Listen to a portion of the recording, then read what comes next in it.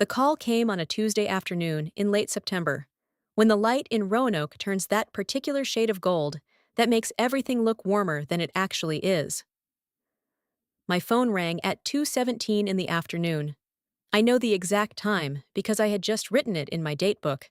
I still keep one, a paper one, the kind with the small squares and the spiral binding, to note that the furnace filter needed replacing before winter arrived in earnest. The number on the screen was Brittany's. I answered the way I always answer calls from my daughter-in-law. Pleasantly, carefully, the way you answer a door when you're not quite certain who's standing on the other side. "Grandma." It wasn't Brittany. It was Eli. My grandson's voice was pitched low and deliberate, the way voices sound when someone is trying very hard to be quiet. He was 11 years old, and he was calling me from his mother's phone, and from the first syllable, something in my chest recognized that this was not an ordinary call. "Eli, honey, is everything all right?" "I'm okay," he said. And then, after a pause so brief that only a grandmother would catch it, "Grandma, I need you to stay on the line. Don't hang up, even if it gets quiet." I set down my pen. "I'm not going anywhere," I said. I heard him breathe. One slow, controlled breath, the kind a child takes when they are trying to be brave. I heard a door close softly on his end, and then I heard footsteps on hardwood, and then I heard my daughter-in-law's voice. She wasn't talking to Eli. She didn't know the phone was on. She was talking to my son. If this story has already found its way into your chest, if you already feel the shape of what's coming before I've told you, hit that like button and subscribe to Margaret Reed, and drop a comment telling me where in the world you're watching from. She always said the ones who stay quiet longest know the most. Let's see if that's true. My name is Eleanor May Calloway. I am 68 years old. I live in the house Harold and I bought 34 years ago on the eastern edge of Roanoke, Virginia, at the end of a block-and-a-half street with a name nobody can spell correctly on the first try. The house is 3 bedrooms, 1.5 baths, so with a kitchen that faces the backyard garden, and a front porch that Harold rebuilt with his own hands the summer before Eli was born. Harold died 4 years ago. His heart gave out quietly, the way Harold did most things. He was a patient attorney who had spent 40 years helping inventors protect what they made. He worked from a modest office on Jefferson Street with 2 other lawyers and a secretary named Dolores, who kept the whole operation running and who sent me the most beautiful arrangement of white roses when Harold passed. People who met Harold often assumed we were comfortable but unremarkable. He drove a sensible car. I clipped coupons. We took exactly 1 vacation a year, usually somewhere within driving distance, and we packed our own lunches.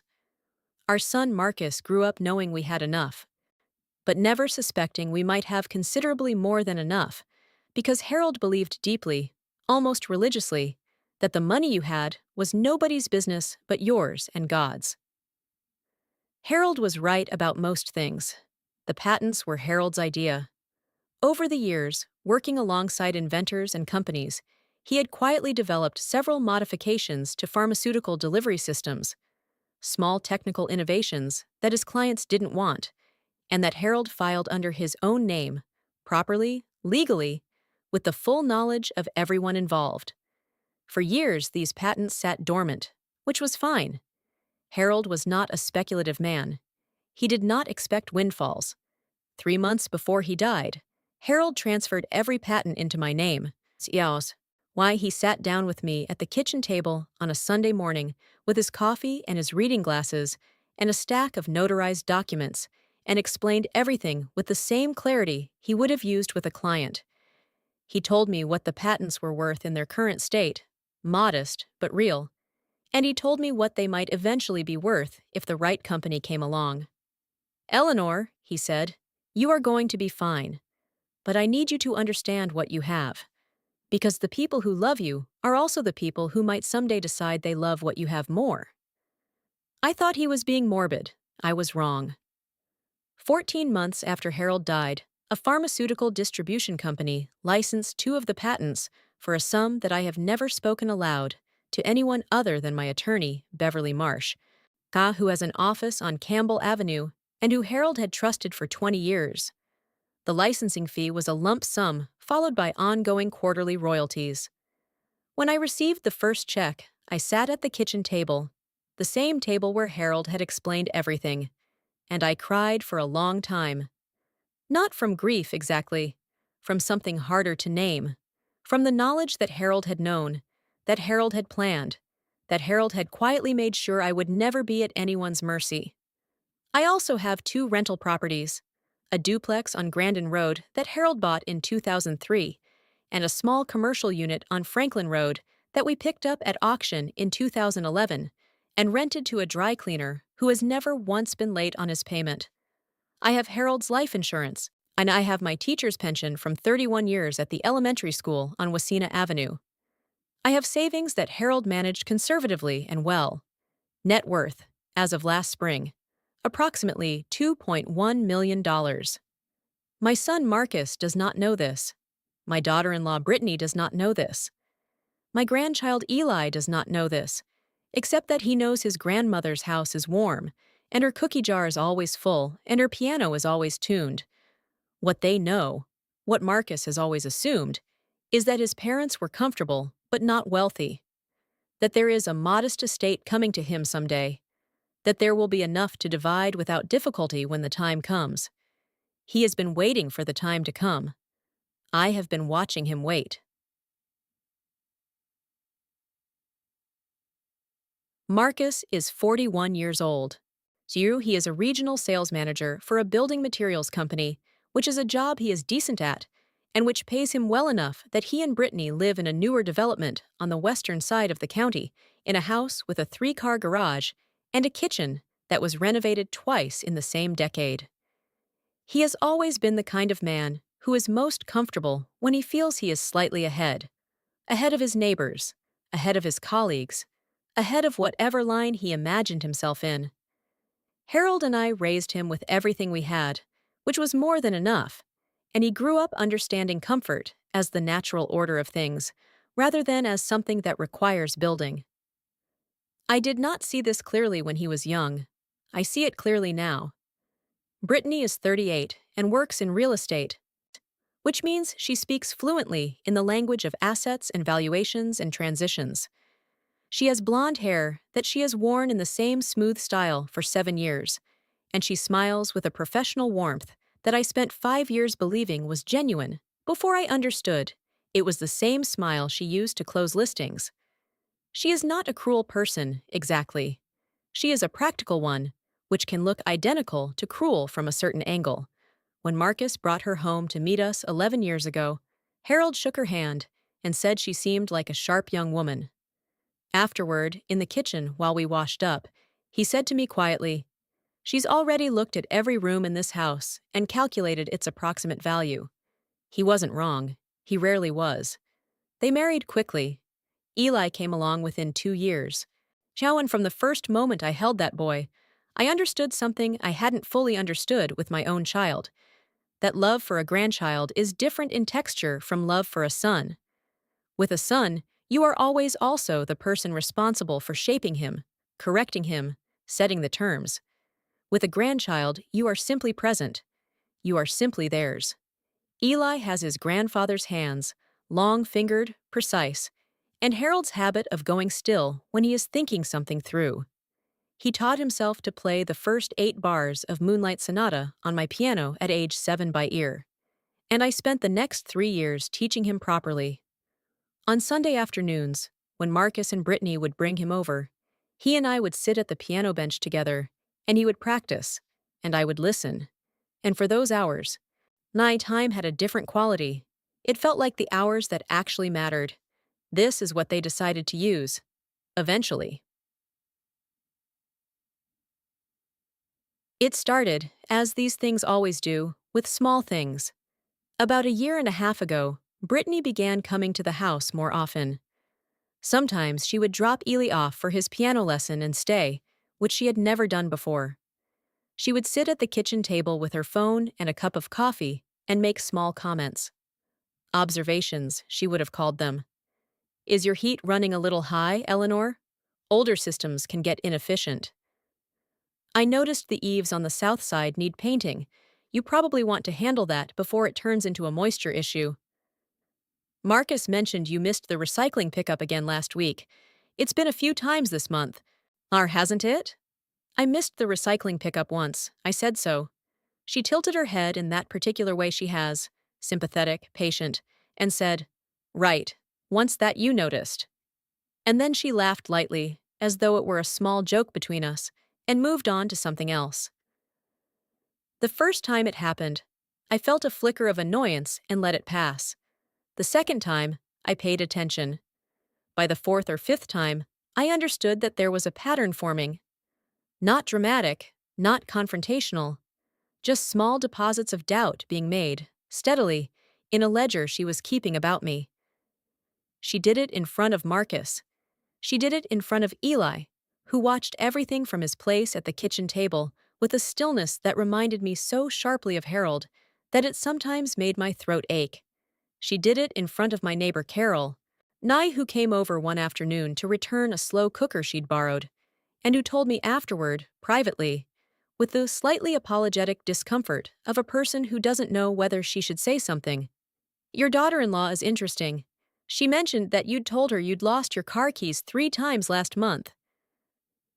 I had not told Brittany that.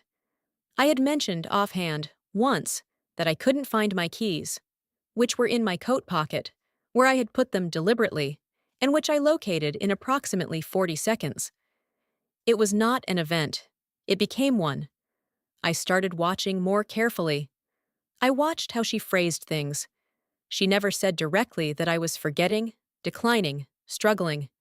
She said things like, "At Eleanor's age, it's natural to," and "we just want to make sure Eleanor doesn't feel overwhelmed by," and most frequently, in a tone of gentle practicality that she deployed like a tool, "We've been thinking about Eleanor's future." Eleanor's future, not my future. Eleanor's future, as though it were a project they had taken on, an item on a to-do list, a property that needed managing. I was 67 years old. I taught myself watercolors during the pandemic. I drove myself to my own doctor appointments. I managed 2 rental properties. I kept the books, paid the taxes quarterly, maintained 3 savings accounts, and a brokerage account that Harold had set up, and that I had learned, in the 4 years since his death, to manage with a steadiness that would have made him proud. None of this was visible to them. What was visible was the house that needed painting, the recycling that was missed once, the keys that took 40 seconds to find. I began to understand that visibility was the point. The conversation about the will happened on a Sunday in February. They had come for dinner: Marcus, Brittany, Eli.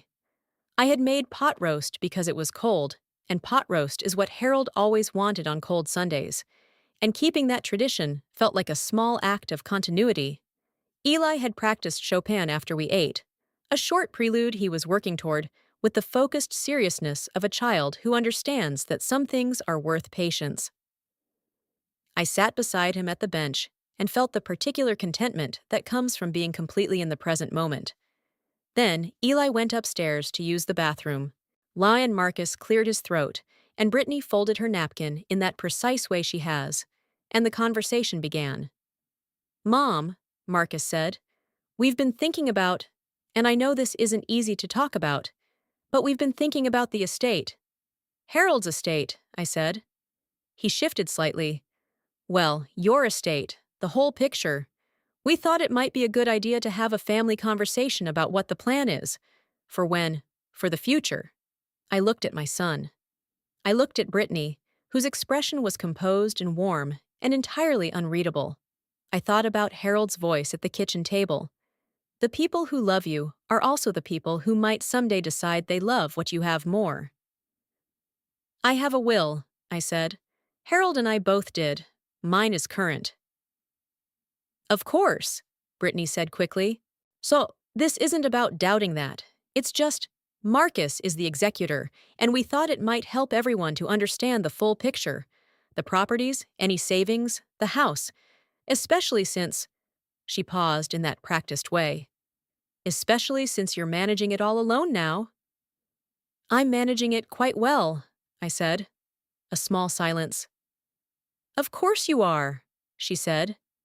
And then, we've been talking to a financial planner, just exploratory, and she mentioned that if there were certain assets, the house, for example, that could be transferred now, while you're able to make those decisions clearly, it might simplify things considerably.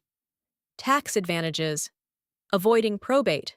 I looked at my pot roast plate. Transfer now, while I'm able to make decisions clearly. The implication was not stated. It didn't need to be. I'll think about it, I said. Eli came back downstairs and sat beside me and leaned against my arm in the way he had been doing since he was 4 years old, and I put my hand on top of his, and the conversation moved to other things. But something in the air of the room had changed. Something had been said that couldn't be unsaid. Later that night, after they left, I sat at Harold's desk in the small room off the hallway that he had used as his office, and I opened the top drawer where I keep the number for Beverly Marsh. I did not call her that night. I wasn't ready. But I put the number on top of the desk where I could see it, and I left it there.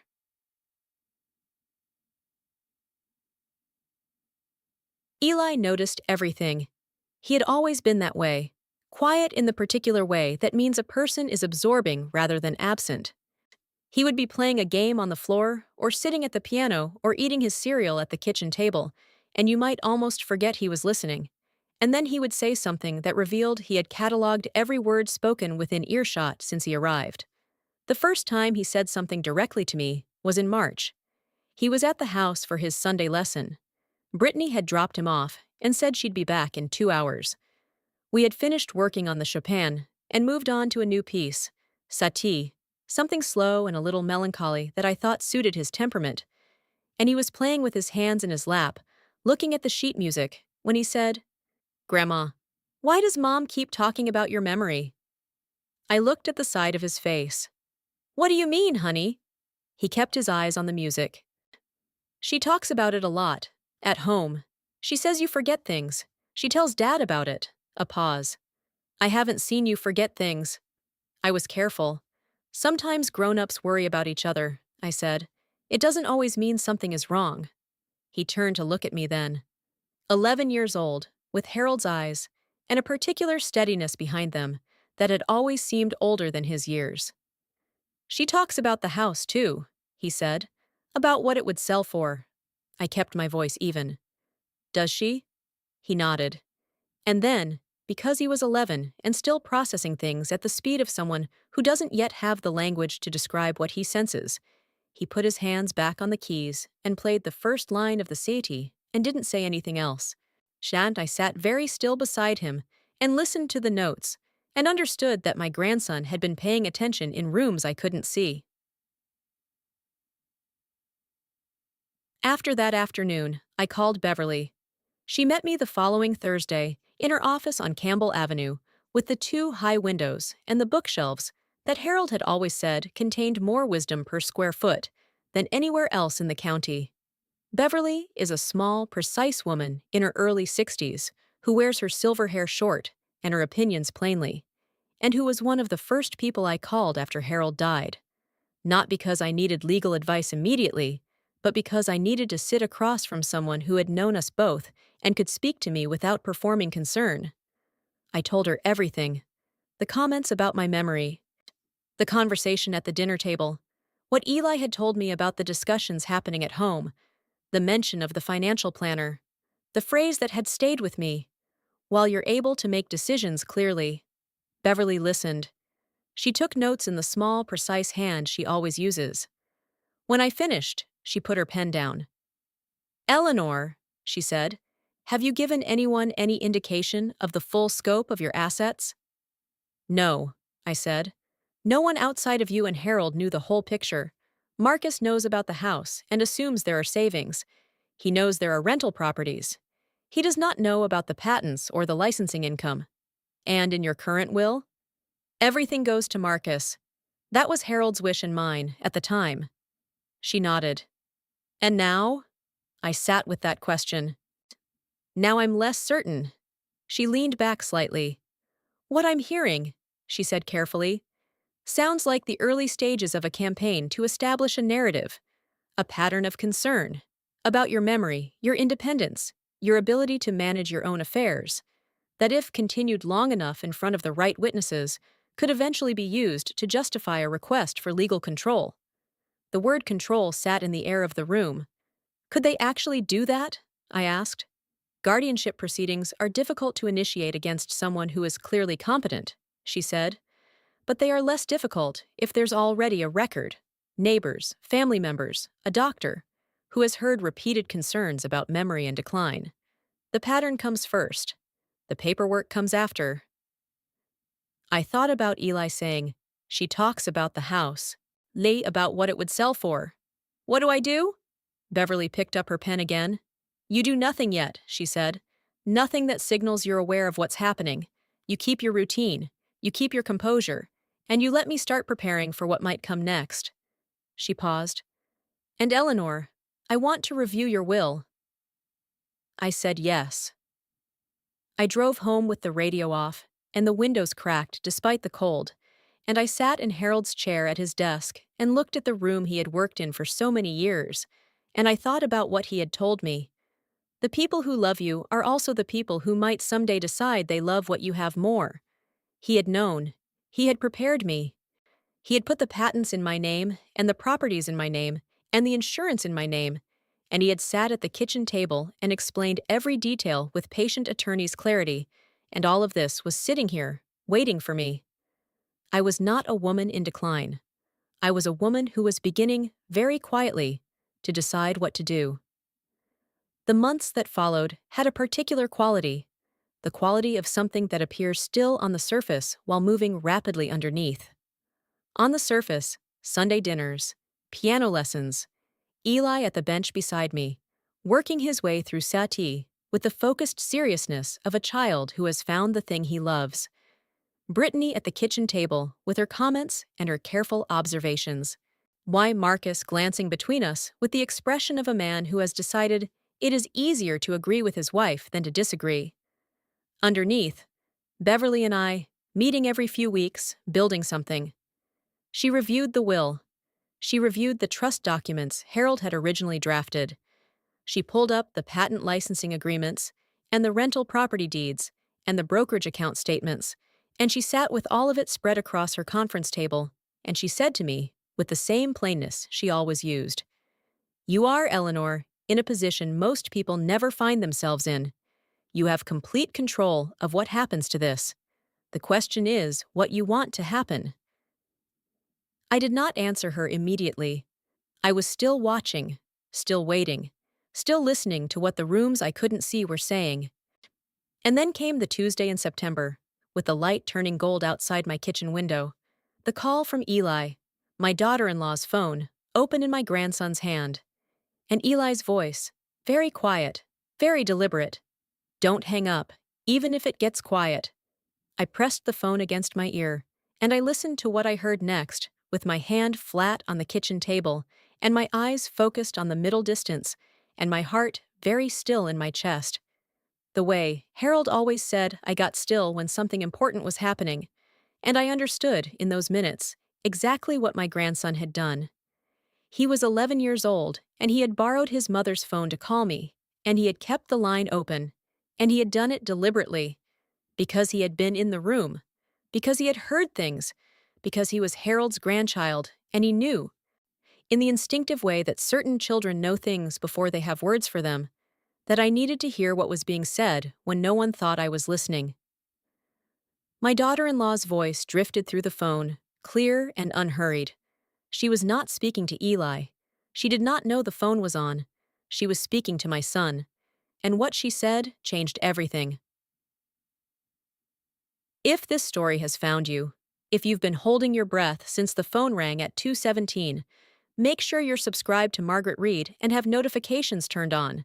The best ones are still coming, and the people who watch all the way to the end are exactly the ones who need to hear them. There are moments in a life that function as hinges. Before the moment and after the moment are not the same room. You cross through, and the door swings shut behind you, and no amount of wanting will take you back to the side where you didn't know what you now know.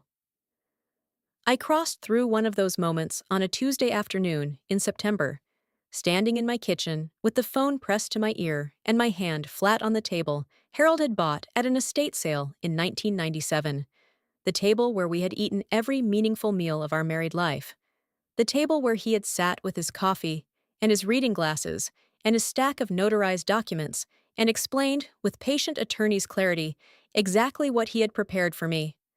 I stood at that table. I listened. And I did not move. Brittany's voice was not raised. That was the first thing I noticed. She was not arguing, not pleading, not issuing ultimatums. She was speaking in the same measured, yet practical tone she used to explain comps to a client, calm in the way that people are calm when they have been thinking about something for a long time and have made their peace with it. She was talking to Marcus. The financial planner confirmed it, she said. If we wait for natural transfer, with the house alone at current market value, the estate tax exposure is significant. We've already lost 2 years. Every year we don't move on, this is money we don't recover. A silence on Marcus's end, which I had heard before. The silence of a man who is not entirely comfortable with something, but has decided that discomfort is a price he can manage. She still won't talk about it directly, he said, because she doesn't understand the urgency. She's not thinking about it strategically. She never has. Another pause.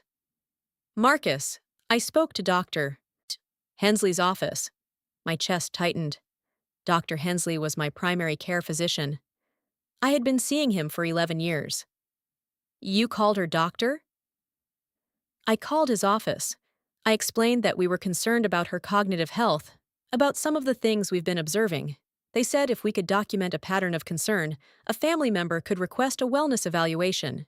Brittany? I'm not saying she has dementia. I'm saying a wellness evaluation is a legitimate thing families request. And if the results were ambiguous, that would give us grounds to have a more serious conversation about guardianship, about who makes decisions, about the house and the properties. Her voice remained entirely even. I'm not doing this to her. I'm doing this for us, for Eli, for the baby. We've been talking about whether we're in the right position to. Marcus, we're 41 years old. We need to be building something. And your mother is sitting on $2 million she doesn't even know what to do with. She didn't know I was listening. She didn't know that her son, 11 years old, long-fingered, Harold's eyes, Harold's stillness, had pressed the call button and kept the line open because he understood, in the instinctive way certain children understand things before they have words for them, that his grandmother needed to hear this. $2 million, Marcus said slowly. Something shifted in his voice. You really think it's... I've done the research. The house alone is worth close to 400. The properties on Grandin and Franklin, conservatively, another 350. Whatever Harold had in savings. His pension payout, the life insurance, she told you it was 300 and some. That was 4 years ago. There's been compounding. She paused. And Marcus. There's something else. I've been trying to find out about the patents. The word landed in the kitchen like a stone dropped into still water. I felt the circles spreading outward. What patents?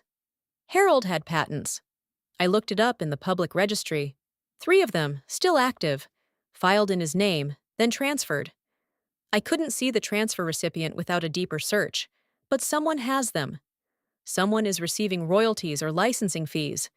And if it's Eleanor, she didn't finish the sentence. She didn't need to. She's never mentioned patents, Marcus said. No, Brittany said. She hasn't. Another silence. Longer this time. I need to think, Marcus said. So, of course. But Marcus, the wellness evaluation. I've already done the groundwork. I've spoken to your cousin Jennifer, and she said she'd be willing to confirm some of the things we've mentioned about your mother's. About the time she seemed confused, the keys, the recycling, She said she'd back us up if it came to that. Jennifer, my niece, who had been at the house twice in the past 6 months, and who I had assumed was visiting out of ordinary affection. I closed my eyes for a moment. Then I opened them. On the other end of the line, I heard the sound of a chair being pulled out, of weight settling into it. I heard Brittany say, in a softer register, almost to herself, "The house is the anchor. Everything comes from controlling the house. If we can establish that she can't manage it responsibly." And then I heard Eli. His voice was close to the phone, close to where he must have been holding it, hand-cupped, in some corner of their house where he had positioned himself to give me this. "Grandma," he breathed, almost no sound at all, just the shape of the word. "I'm here," I said, just as quiet. A pause. I heard him exhale. "I'm sorry," he said.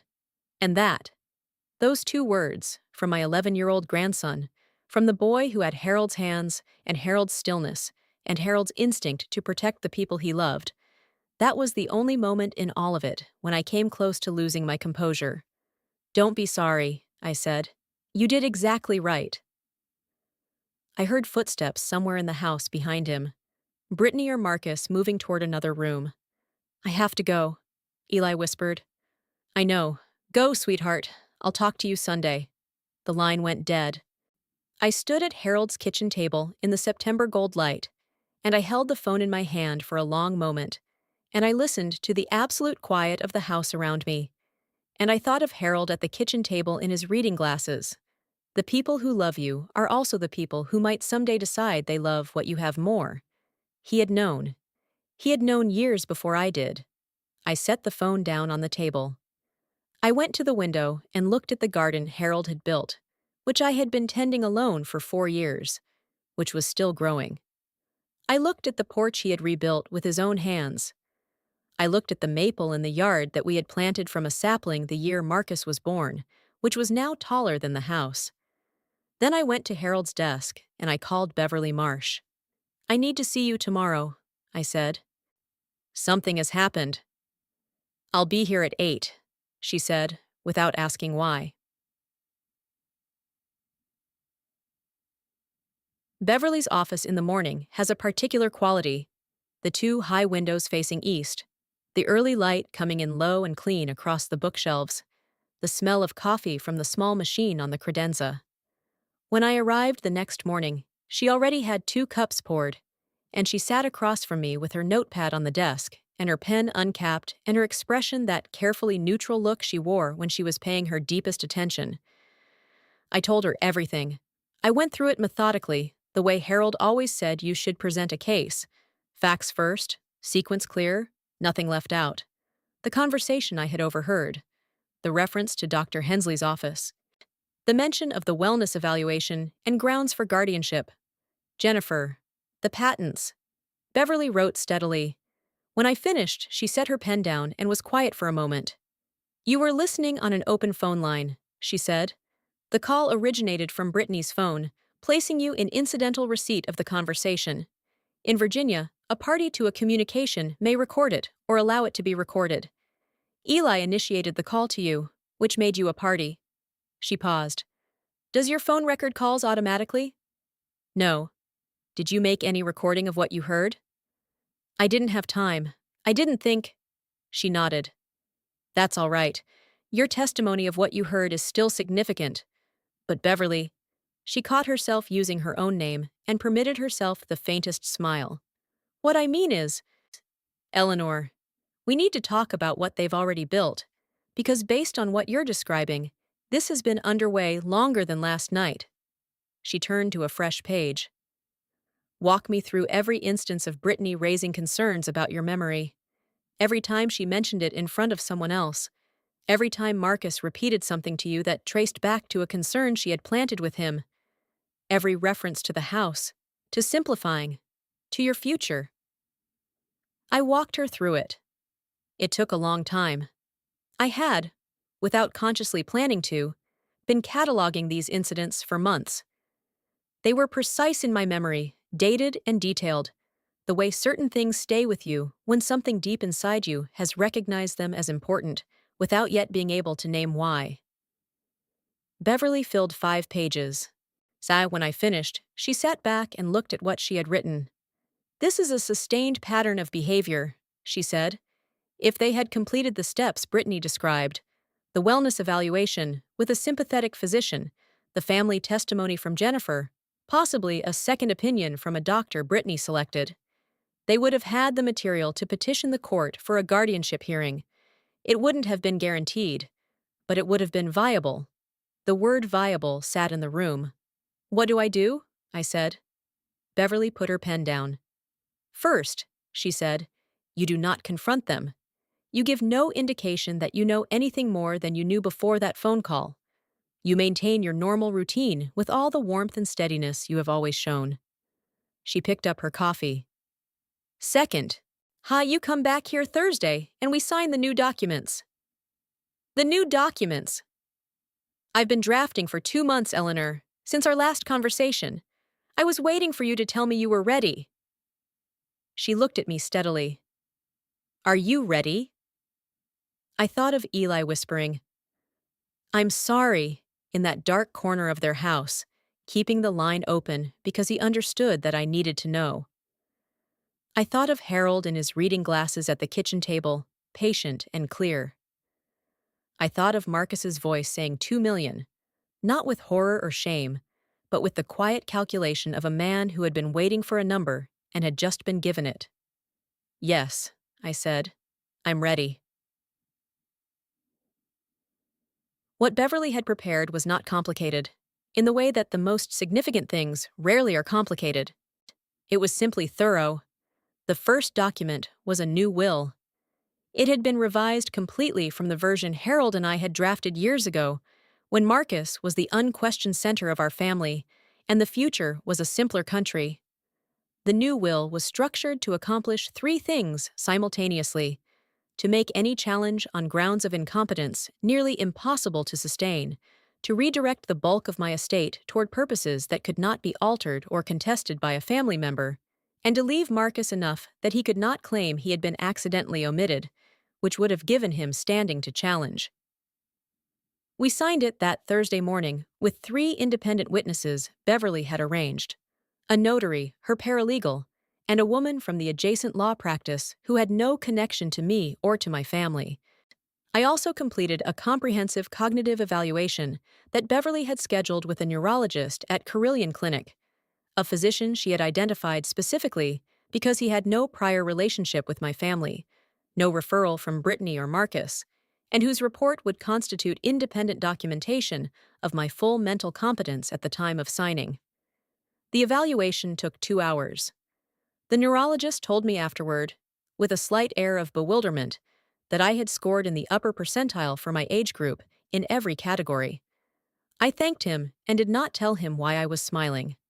The second document was a revocable living trust, structured to hold my primary assets during my lifetime in a way that made them legally inaccessible to any guardianship petition.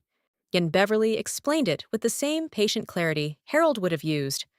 The trust was mine to control completely while I was living, and the trustee structure made it essentially impenetrable to a third-party claim of incapacity. Even if Marcus and Brittany had managed to get a sympathetic doctor's signature, even if Jennifer had given her testimony, even if a court had entertained a guardianship petition, the trust would have required them to go through a separate legal battle to access what was inside it, a battle they would lose. The third document was a letter, sealed, addressed to Marcus, to be delivered by Beverly upon my death or upon any legal action taken against my estate during my lifetime. Beverly drafted it. I approved it. It contained a full accounting of what I knew and when I had known it. It was not angry. More Harold had always said that the most devastating letters are the ones without anger in them, the ones that simply state what happened, in order, without ornament. I signed everything on a Thursday morning. I drove home in the September light. I made myself a pot of tea, and I sat at the kitchen table, and I allowed myself, for approximately 20 minutes, to feel the particular relief that comes not from victory, but from having finally, fully, placed yourself on solid ground. Then I called Eli's school to confirm his Tuesday pickup time. Then I weeded the east side of the garden, which had been getting ahead of me. I want to tell you about the Sunday after the call. They came to dinner as usual. Marcus brought a bottle of wine he knew I liked, out which he had been doing lately in a way that felt less like generosity and more like a form of maintenance, the upkeep of a relationship he needed to remain functional for reasons that had nothing to do with love. Brittany came in with her coat and her professional warmth and kissed my cheek in the entryway, and I smiled at her and told her the roast was nearly ready and offered her a glass of water. Eli came in last, shrugging off his backpack, and he looked at me immediately. Not at his parents. At me. His eyes asked one question. I gave him the smallest nod. Just a tilt of my chin, barely perceptible. He exhaled, went to the piano, played a chord just to hear it, then came to sit at the kitchen table and told me about a science project he was working on involving plate tectonics. And his voice was the voice of a child who has been carrying something heavier than he should have been carrying and has just been told he can put it down. We ate. The conversation was ordinary.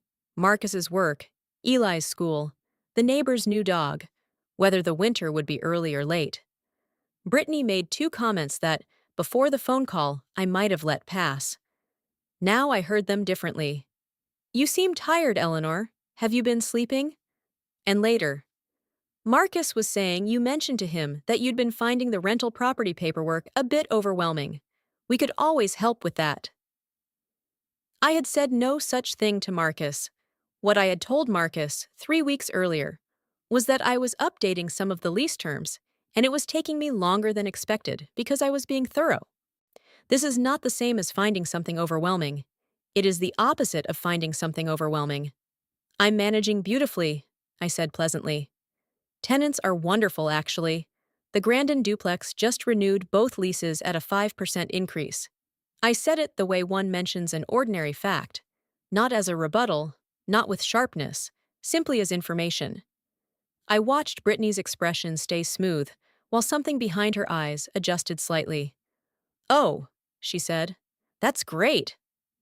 After dinner, while Marcus helped carry plates to the kitchen, Brittany and I were briefly alone at the table. She looked at me with that composed warmth she had always used, and she said, tilting her head slightly, have you given any more thought to what we discussed? About simplifying things? So, working with a planner? I have thought about it, I said. She waited. I've decided to keep my current arrangement, I said. I have everything quite organized, but I appreciate the concern. Another small adjustment behind her eyes, not visible to anyone not watching carefully. Of course, she said, whenever you're ready. Eli came in from the kitchen doorway, eating the last of the bread roll he had saved from dinner, and sat down beside me at the table, and leaned against my shoulder in the way he had done since he was 4 years old. I put my hand over his, and we sat like that, while Marcus brought in the coffee, and Brittany looked at the two of us together, and I watched her calculate something. In October, they escalated. I had expected this. Beverly had told me to expect it. When the first approach doesn't work, when the subject fails to move according to the plan, practical people do not abandon the plan. They look for leverage. The leverage in this case was Dr. Hensley. On a Wednesday morning in the second week of October, Dr. Hensley's office called me to schedule what the receptionist described as a routine wellness check recommended by a family member. She was pleasant about it. She said my son had called on my behalf, concerned about some changes he had been observing, and that they wanted to make sure I had a chance to check in. My son had called on my behalf. I made the appointment for the following Tuesday. Then I called Beverly. They've moved to the medical step, I told her. I expected they would, she said. Are you comfortable going? I'm comfortable with whatever creates the clearest record, I said. Beverly was quiet for a moment. Eleanor, I want you to understand what you're walking into. They may have already spoken to Dr. Hensley about their concerns. He may approach the appointment with a particular framework already in place. You should expect the questions to be leading. I know Dr. Hensley, I said. He's a decent man. He will listen to what I tell him. He may also listen to what your family told him. I thought about this. Beverly, I said, I've been teaching children how to play the piano for 31 years. I know what it looks like when someone decides in advance what the lesson should be. I also know how to change the lesson. She was quiet for a moment. I'll put the neurological evaluation report on file with his office today, she said. With your permission. Please do. I went to see Dr. Hensley the following Tuesday. He was slightly more careful than usual, slightly more deliberate in the way he phrased his questions, slightly more attentive to small pauses in my answers than he typically would have been. I noticed all of it and said nothing about it. I answered every question directly and completely.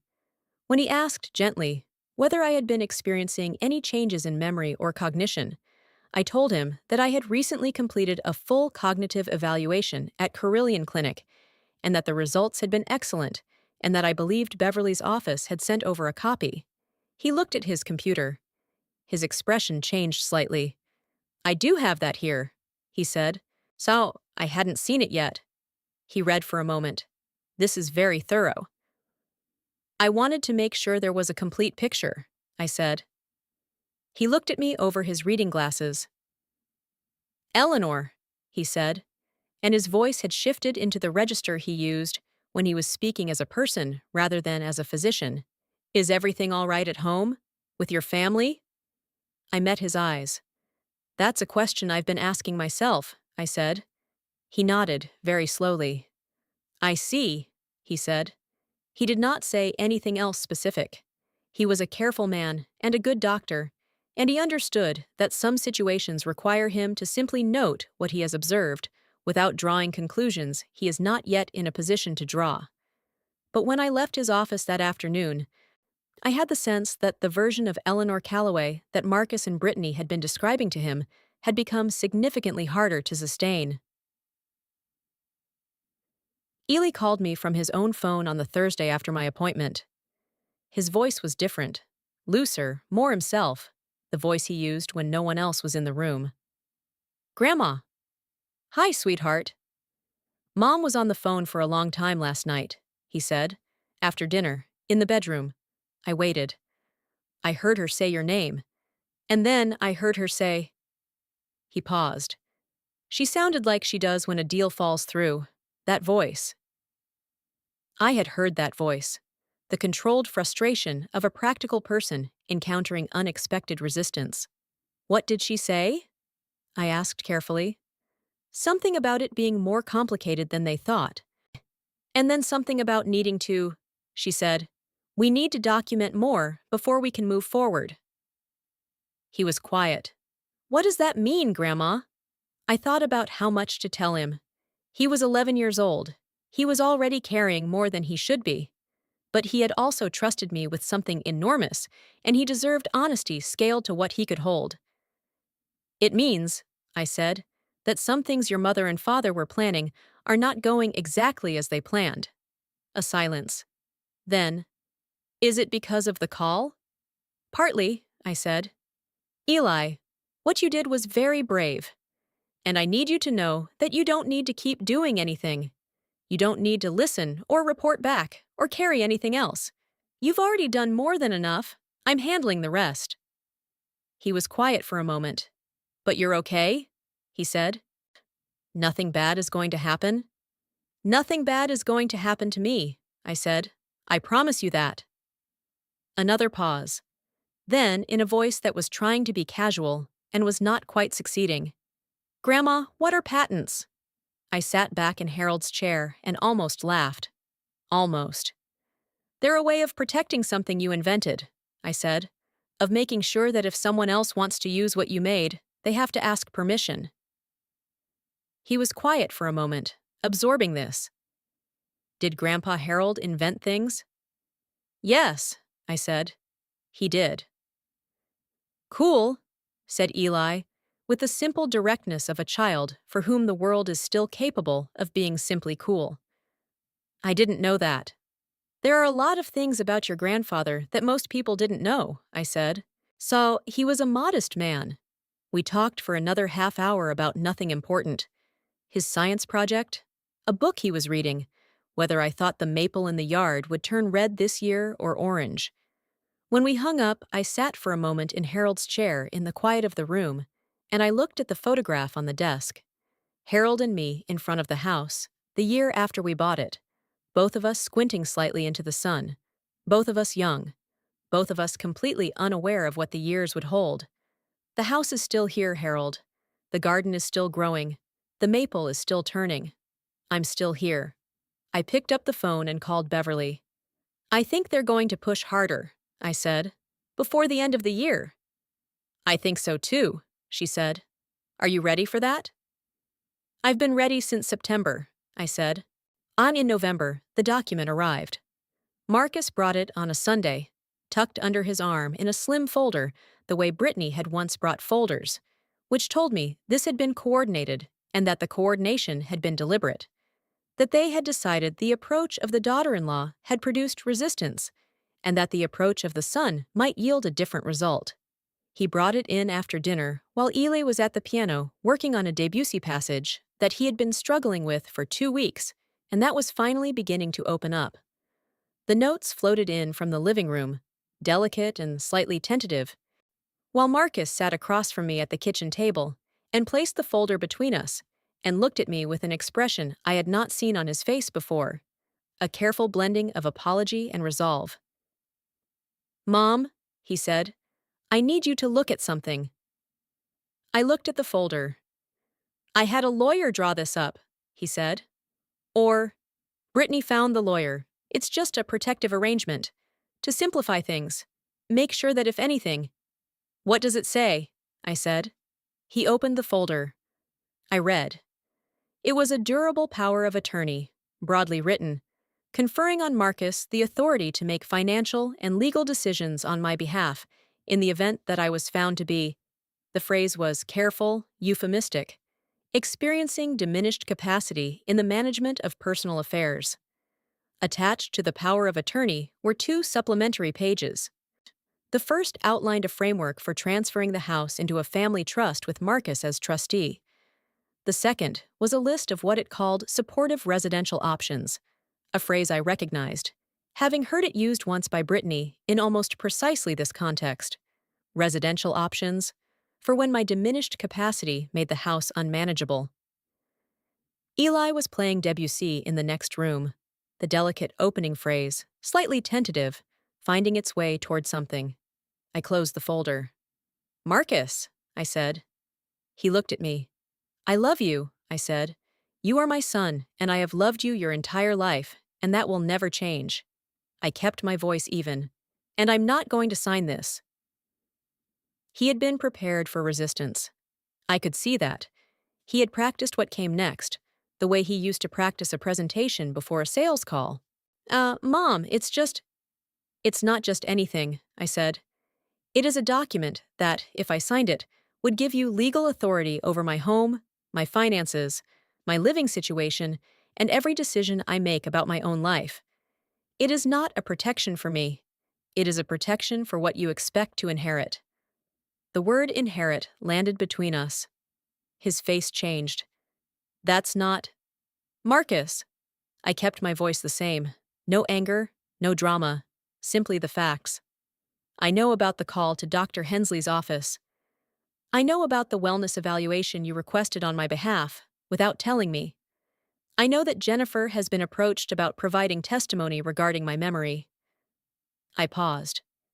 "And I know what Brittany said to you in your kitchen on a Tuesday evening in September." He went completely still. In the next room, Eli's playing stopped. Just for a moment. She then started again, quietly, as though he understood something had changed, but did not know yet what. "How do you—" Marcus started. "It doesn't matter how," I said. "What matters is that I know, and that you should understand, very clearly, that everything you have been planning is already known to me and documented." I picked up the folder and held it out to him. "Take this home. I won't be signing it." He took the folder. His hands were not entirely steady. He didn't say anything for a long moment. When he finally spoke, his voice was smaller than I had heard it since he was young. The voice he used when he knew he had done something that couldn't be undone. "Mom," he said. "I'm sorry, I don't—" He stopped. Started again. Brittany said it was the right thing. She said that you needed. I know what Brittany said, I told him. And I know what you said too. Another silence. Eli appeared in the kitchen doorway. He was holding a pencil he had been using to mark his sheet music, and he looked at his father and then at me, and his face had the particular stillness of a child absorbing something he will carry for the rest of his life. "Are you all right, Grandma?" he said. "I'm perfectly all right," I said. "Come sit with me." He came and sat beside me at Harold's kitchen table. Marcus sat across from us with the folder in his hands and an expression on his face that I had not seen since he was 6 years old and had broken something valuable and understood for the first time that there were consequences he could not charm his way out of. "I think," I said to both of them, calmly, "that we all need some time."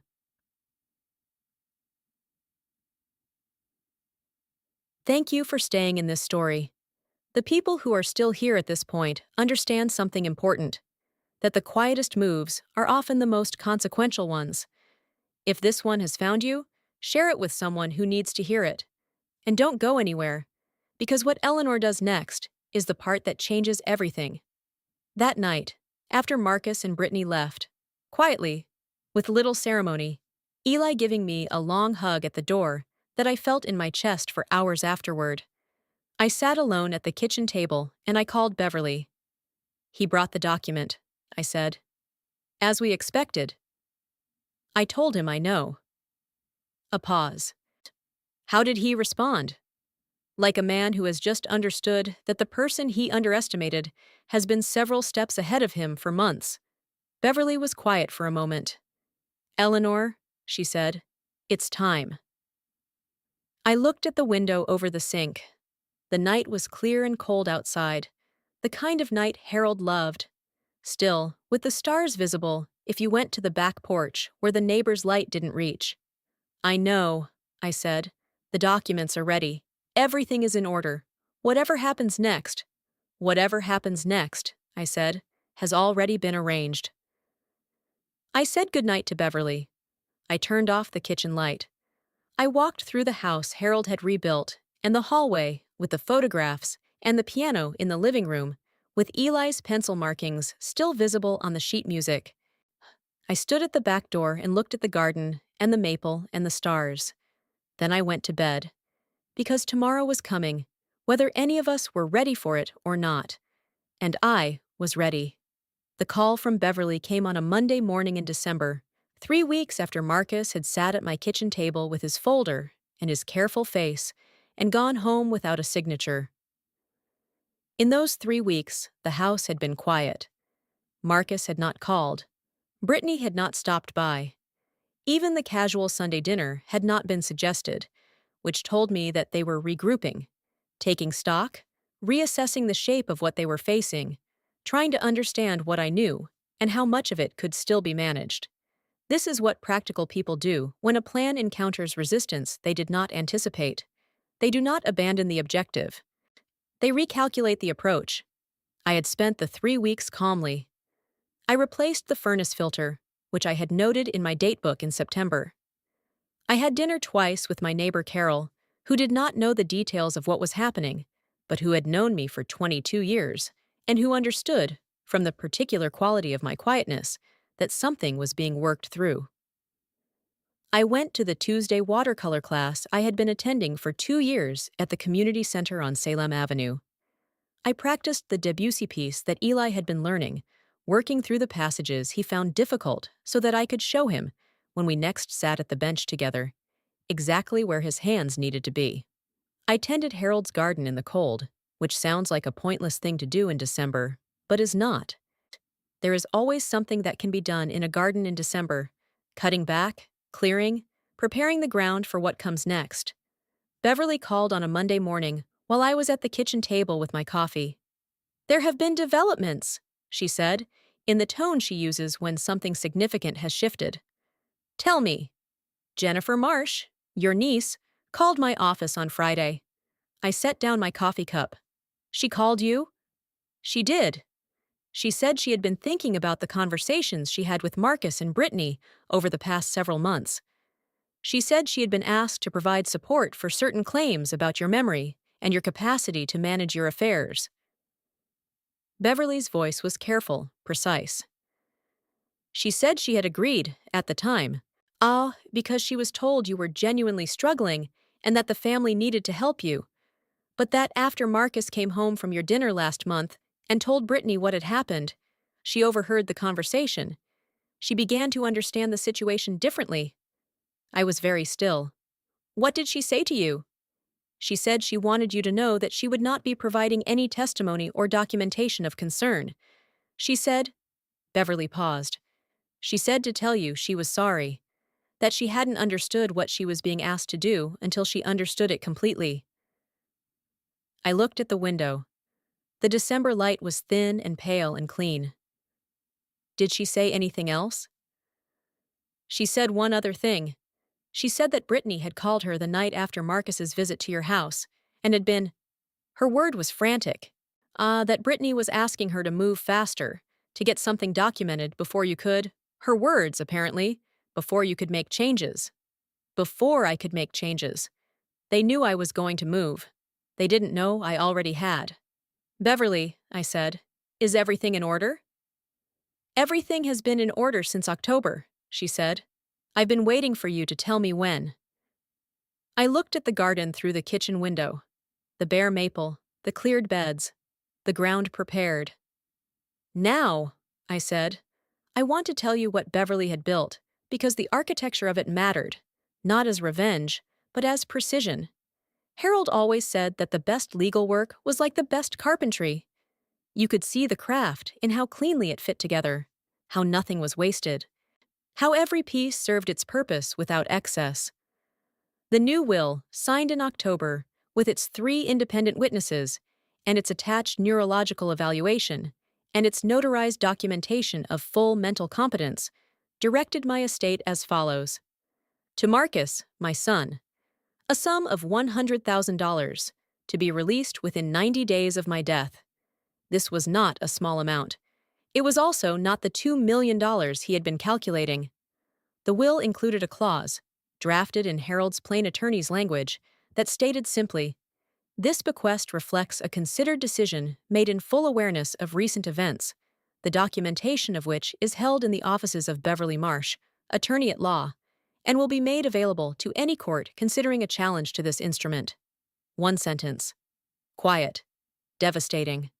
The door, nice as Harold would have said, left slightly open, just enough for Marcus to understand exactly what was behind it, without anyone having to open it all the way.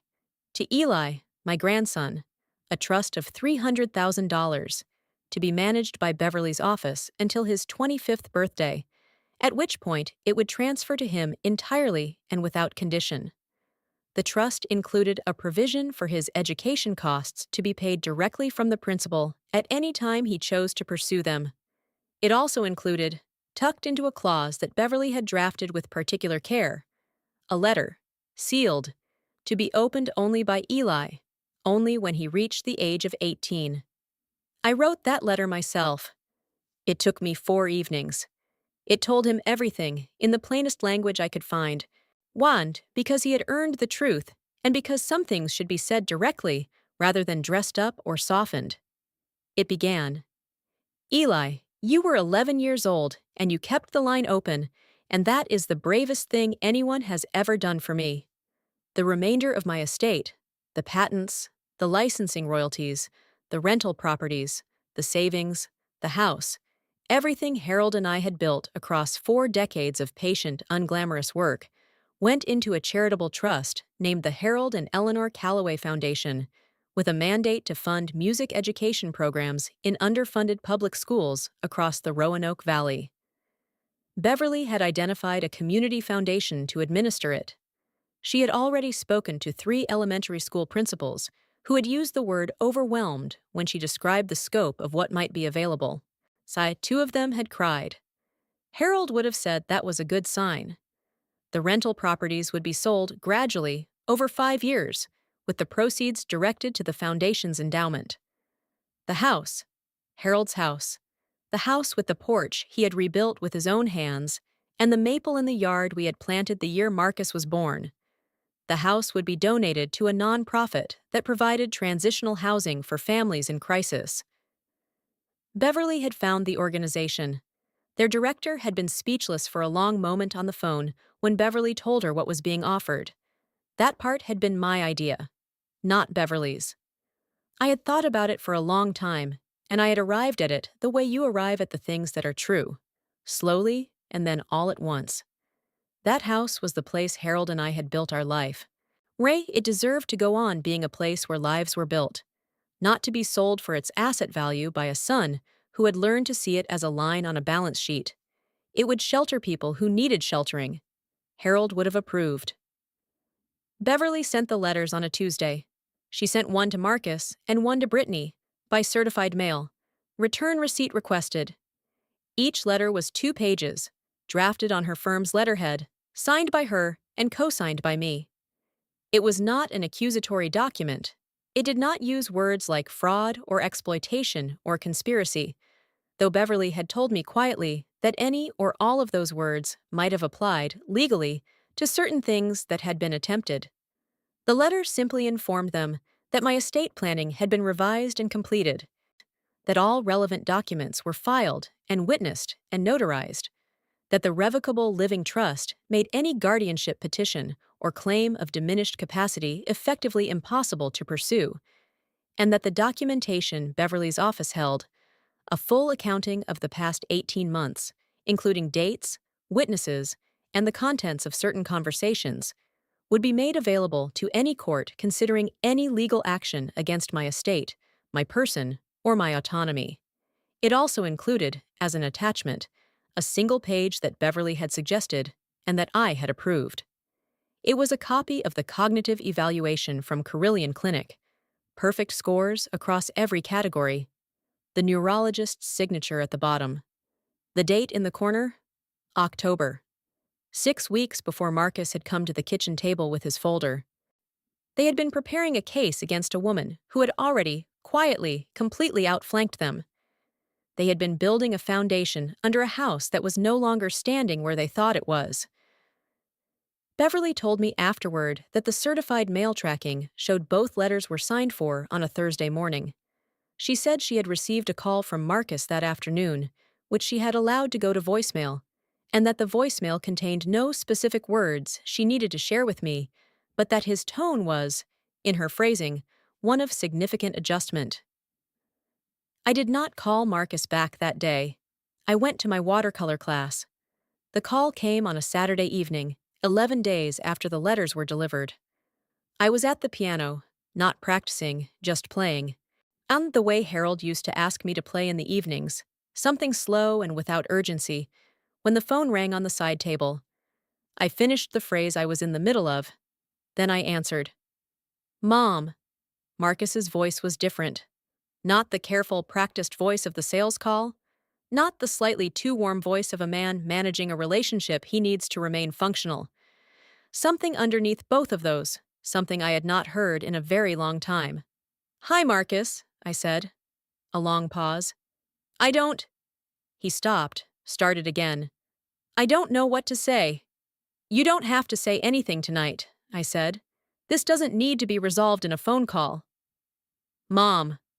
His voice cracked slightly, not dramatically, just at the edge of it, the way voices crack when something real is trying to get through the surface of something practiced. Was it that obvious? What we were? Not at first, I said honestly. But yes. Over time.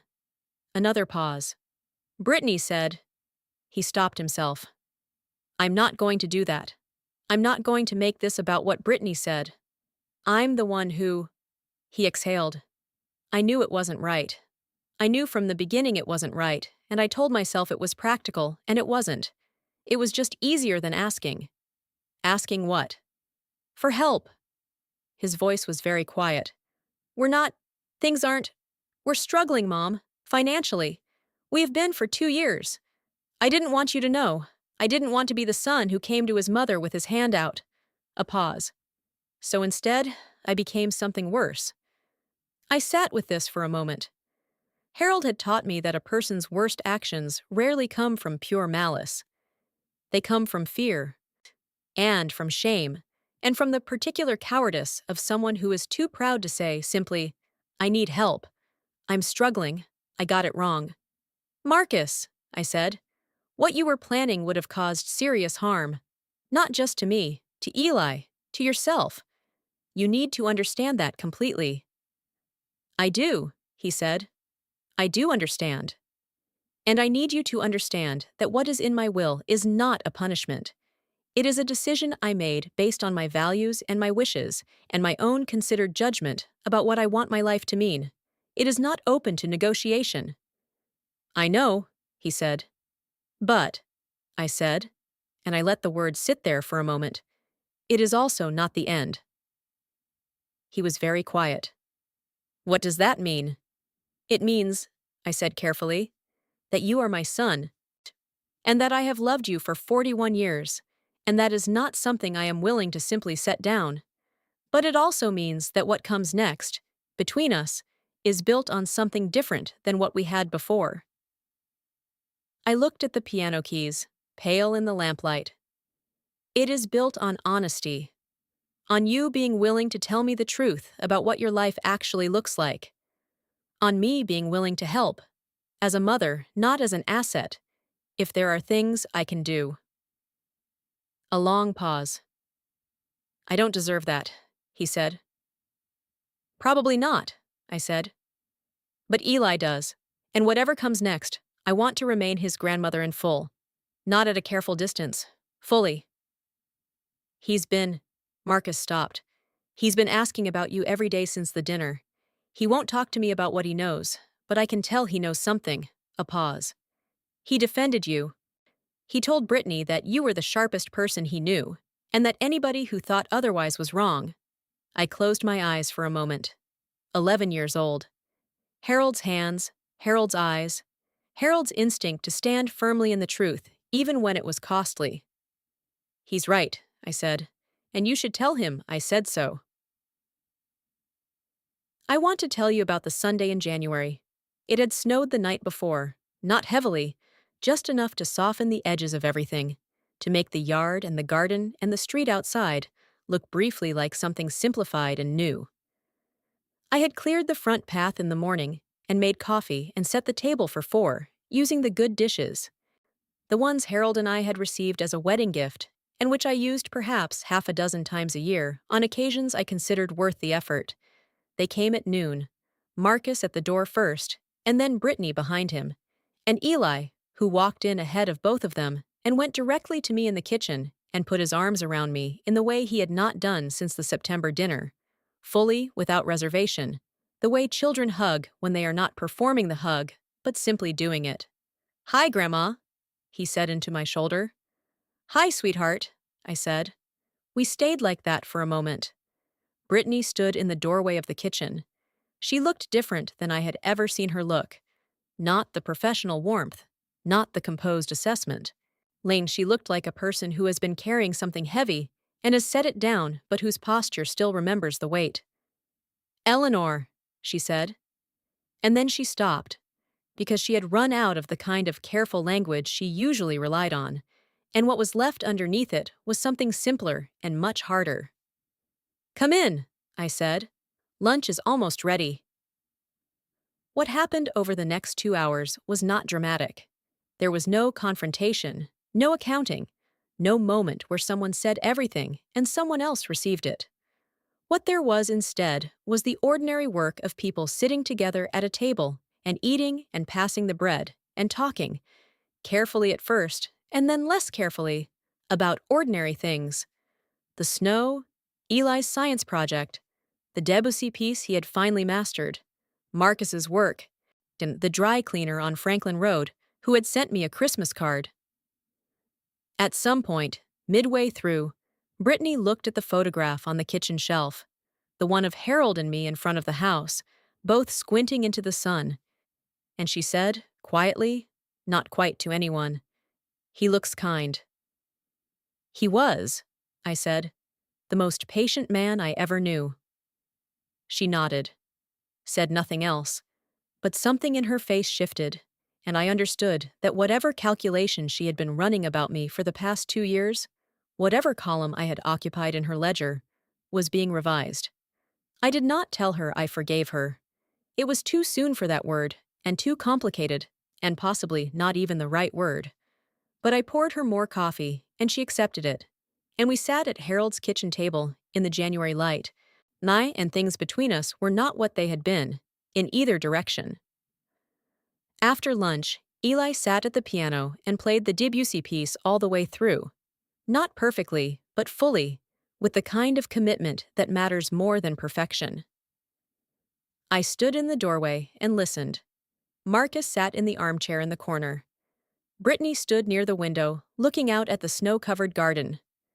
When Eli finished, Marcus started to clap, and then stopped himself, the way you stop yourself when something has been too real for applause. Eli looked back at me over the piano bench.